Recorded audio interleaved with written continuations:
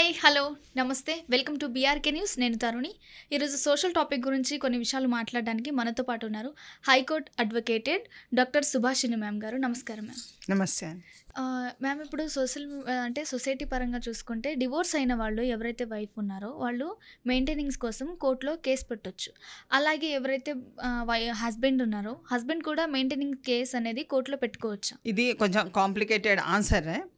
Question కూడా కాంప్లికేటెడే. అయితే ఇక్కడ చూడవలసింది ఏంటంటే వైఫ్ అండ్ హస్బెండ్ మధ్యన ఉన్న విభేదాలు ఏంటి ఒక కారణంగా చూసుకోవాలి. ఎందుకంటే main reasons for their dispute అన్నది చాలా ఇంపార్టెంట్. అదే కాకుండా ఇప్పుడు జనరల్గా మనం చూసేది ఏంటంటే వైఫ్ ఎక్కువ కూడా డైవర్స్ వచ్చినా రాకున్నా she will claim for maintenance. ఏది ఆమె పని చేయట్లేనప్పుడు క్లెయిమ్ చేసుకునేది. ఇప్పుడంతా కొంచెం వర్కింగ్ విమెన్ చాలామంది ఉన్నారు కాబట్టి పిల్లలు ఉన్నట్టయితే వాళ్ళకి సరిపోవట్లేదు ఈ జీతము, మాకు ఇంకొంచెం మెయింటెనెన్స్ కావాలని వేసుకున్న వాళ్ళకి అలా కూడా వేసుకుంటున్నారు. అలాగే because both are equal before law కాబట్టి సిటిజన్స్ అన్నప్పుడు వైఫ్ అయినా హస్బెండ్ అయినా they are citizen of this country. So వాళ్ళు కూడా మెయింటెనెన్స్ క్లెయిమ్ చేసుకోవచ్చు.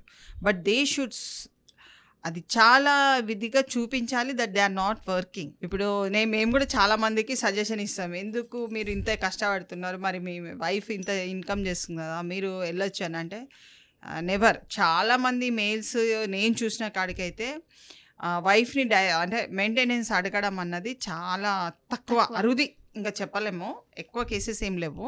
కానీ they have the right to file a maintenance, but they should show ఎందుకు మెయింటెనెన్స్ అన్నది చాలా ముఖ్యమైన అంశం.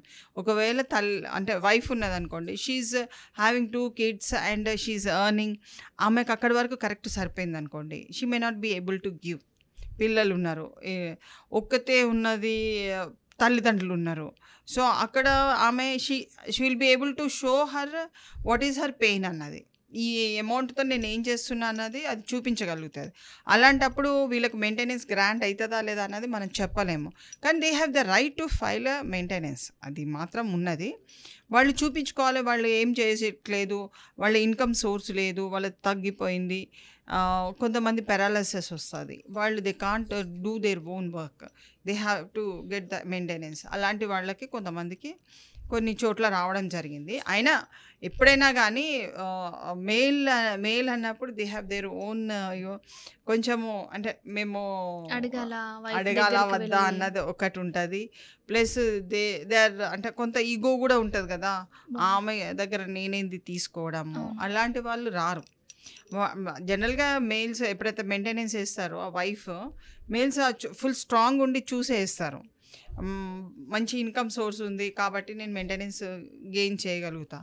డిస్ప్యూట్స్ చాలా చిన్నగా ఉన్నప్పుడు దే క్యాన్ బీ టుగెదర్, అంటే పాసిబిలిటీస్ ఆఫ్ లివింగ్ టుగెదర్ ఉంటే చాలా మటుకు కొన్ని ఇష్యూస్ని వదిలిపెట్టుకొని they should live together. Issues పెద్దగా ఉండి they are unable to sustain, leave చేయట్లేదు, మేము ఇద్దరం బతకలేము, ఒకే నీడ ఉంటే they should go for the divorce. అంతేగాని కక్ష సాధింపు చర్యలు మెయింటెనెన్స్ చేసుకుంటే కూడా కక్ష సాధింపు చర్యల కింద కూడా చూపించరాదు. దాంట్లో క్రూయాలిటీ గ్రౌండ్స్ కూడా ఉండొద్దు, హరాస్మెంట్ గ్రౌండ్స్ ఉండొద్దు. అంటే ఒక వ్యక్తి దగ్గర నుంచి నువ్వు పొందాలి అనుకున్నప్పుడు నువ్వు సక్రమైన మార్గాన్ని ఎంచుకొని అవి నువ్వు మెయింటెనెన్స్ని పొందగలుగుతావు, అది లేకుంటే లేదు. ఓకే, ఎవరైతే ఇప్పుడు హస్బెండ్స్ పొజిషన్లో ఉన్నారో వాళ్ళు కూడా మెయింటెనెన్స్ కోసం కేసు పెట్టుకోవచ్చు. Okay, thank you ma'am. Thank you.